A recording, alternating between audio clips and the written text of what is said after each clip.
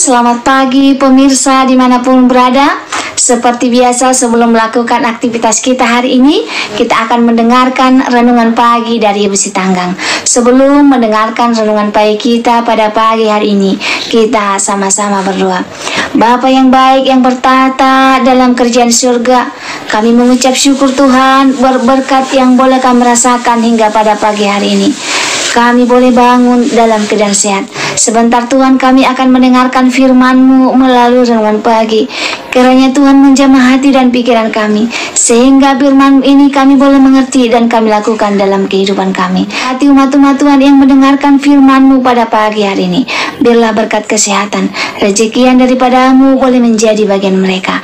Berkati kami Tuhan sepanjang hari ini, mohon ampun dosa pelanggan kami, karena kami berdoa dalam nama Yesus yang menebus kami dalam dosa.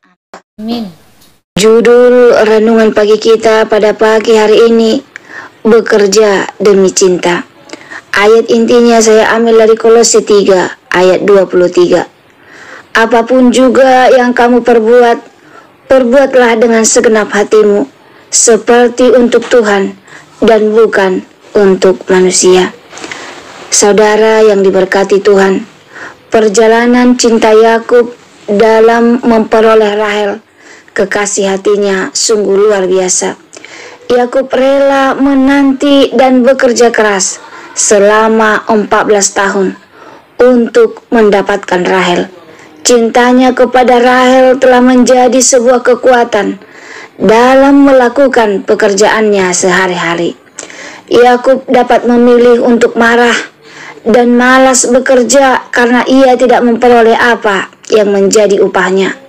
Namun demikian, ternyata cinta menjadi sebuah daya dorong yang luar biasa bagi Yakub dalam berkarya dan memperoleh pujaannya. Waktu kerja tidak terasa karena hari-hari kerjanya dipenuhi dengan cinta.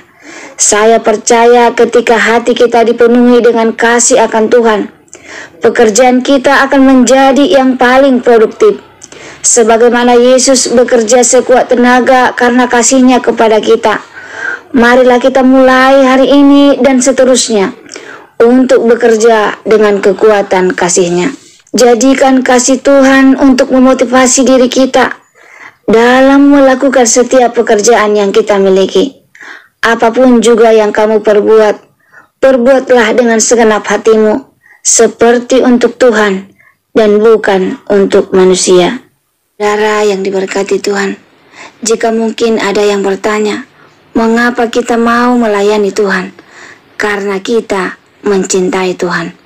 Bila kita belajar dari Alkitab bahwa melayani yang diinginkan Tuhan Yesus adalah melekat pada sikap dan gaya hidup, bukan sekedar mengambil bagian dalam tugas pelayanan.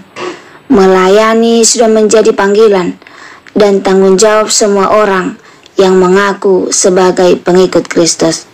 Pertanyaannya bagi kita adalah, mengapa kita harus melayani? Kita melayani untuk siapa? Kita melayani untuk apa? Yang pertama, bahwa mengapa kita harus melayani adalah karena Tuhan sudah melayani kita terlebih dahulu. Saudara yang diberkati Tuhan, jika kita benar-benar mencintai Tuhan, maka kita akan mau melayaninya. Dan selain itu, bahwa Tuhan sudah mempersiapkan pekerjaan-pekerjaan baik yang harus kita lakukan di dunia ini, sebagaimana dinyatakan dalam Efesus 2 ayat 10. Dan pekerjaan-pekerjaan baik yang dipersiapkan Tuhan bagi kita itu adalah mendatangkan kerajaan Allah di dunia ini. Melayani sesama adalah wujud melakukan pekerjaan baik yang sudah Tuhan persiapkan untuk kita. Melayani adalah juga wujud perwujudan kasih. Tidak ada pelayanan tanpa kasih, dan tidak mungkin mengasihi tanpa melayani. Dan hukum kasih itu juga menjadi dasar iman kita untuk melayani Tuhan dan sesama kita. Berikutnya, kita melayani untuk siapa? Kita melayani semata-mata untuk Tuhan. Bila kita melayani untuk manusia dan masih memandang manusia, maka kekecewaan yang mungkin kita dapatkan, bahkan mungkin kepahitan. Tetapi Alkitab menyatakan bahwa melayani kepada sesama adalah sebagai wujud cinta kasih kita pada Tuhan yang telah memerdekakan kita dari dosa, sebagaimana dalam Galatia 5 ayat 13. Kita melayani seorang akan yang lain sebagai wujud kemerdekaan kita dari dosa.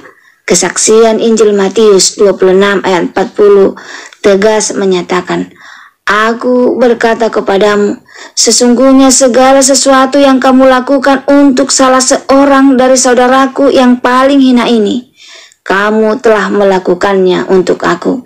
Kemudian kita melayani untuk apa? Bila Tuhan sudah mempersiapkan pekerjaan-pekerjaan baik yang harus kita lakukan di dunia ini, maka Tuhan pasti memperlengkapi kita. Artinya kita melayani melalui segala kemampuan, talenta, karunia, kepribadian, dan pengalaman yang telah anugerahkan kepada kita. Tidak terbatas tempat dan waktu. Surat Rasul Paulus dalam 1 Petrus 4 ayat 10 menyatakan, layanilah seorang akan yang lain sesuai dengan karunia yang telah diperoleh tiap-tiap orang sebagai pengurus yang baik dari kasih karunia Allah. Lalu apakah hambatan terbesar kita dalam melayani? Seringkali ego dan harga diri kita menjadi sekat dalam pelayanan. Kita terlalu jaim untuk menyapa kaum yang rendah. Status sosial kita membuat kita jauh dari wong cilik. Ingatlah bahwa setinggi-tingginya status kita di dunia ini, tidak ada apa-apanya dengan pengorbanan Tuhan Yesus Kristus yang telah rela turun dari tahta surgawi, mengosongkan dirinya dan mengambil rupa seorang hamba dan menjadi sama dengan manusia. Filipi 2 ayat 6-7. Untuk melayani kita, mengajar kita, dan menebus kita dari hukuman maut melalui perjalanan salibnya.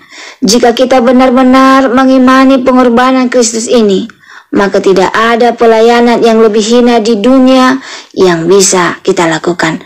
Karena yang paling hina telah Yesus lakukan bagi kita 2000 tahun yang lalu. Semoga dengan menunjukkan cinta kasih kita kepada Tuhan, kita semangat dalam melayani sesama selama Tuhan masih memberikan kesempatan. Semoga firman Tuhan pada pagi hari ini dapat menolong kita untuk menunjukkan cinta kasih kita kepada Tuhan melalui bekerja untuknya, melalui pelayanan di dunia ini kepada sesama kita.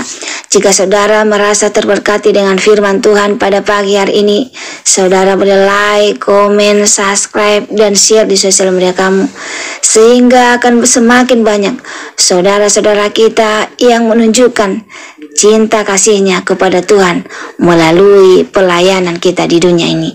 Sebelum mengakhiri firman Tuhan pada pagi hari ini, kita sama-sama berdoa.